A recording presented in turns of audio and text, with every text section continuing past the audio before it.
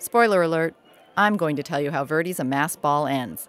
But that's not revealing too much, because Verdi turned to history and the assassination of King Gustav III of Sweden for the basis of his story.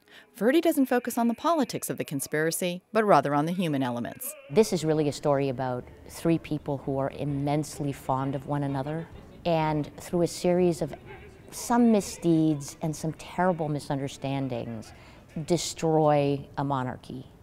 And it's a real story. It really happened. And there's a soothsayer that tells the king that he'll die by the hand of his best friend. And in fact, King Gustav of Sweden did. Renato is the man who ends up killing the king. Fortunately, in this production, we don't see him really as a villain. He's a personality that is broken.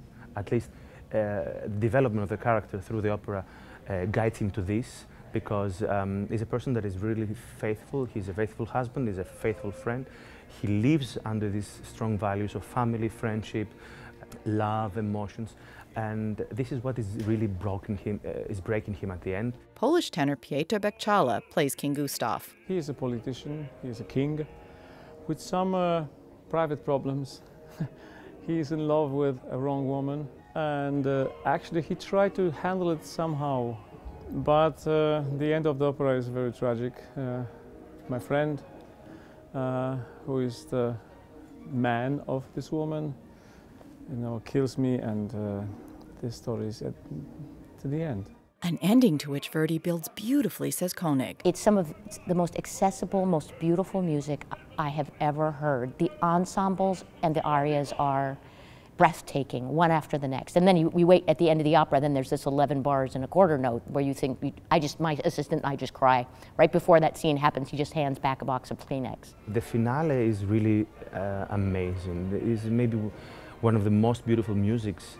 Let's put it this way, the development or the evolution of the music composition in the last minutes is amazing.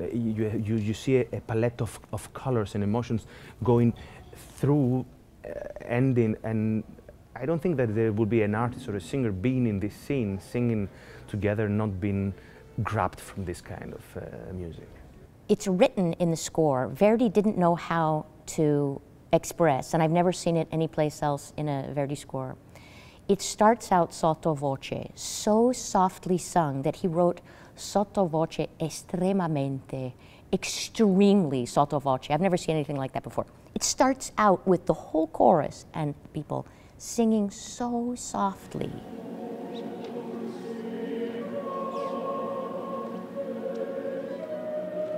And then it builds to this huge crescendo where you think you just, in the audience, you're just going to die. But what's better than that is that the king has been stabbed by his best friend, who thinks that the king is in love with his wife, and they are sort of in love, but they never did anything really bad.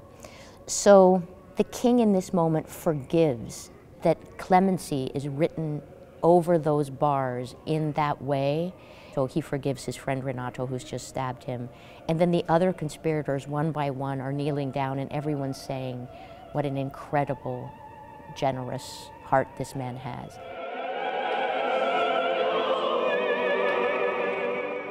And in that ending, the opera moves from darkness into the light.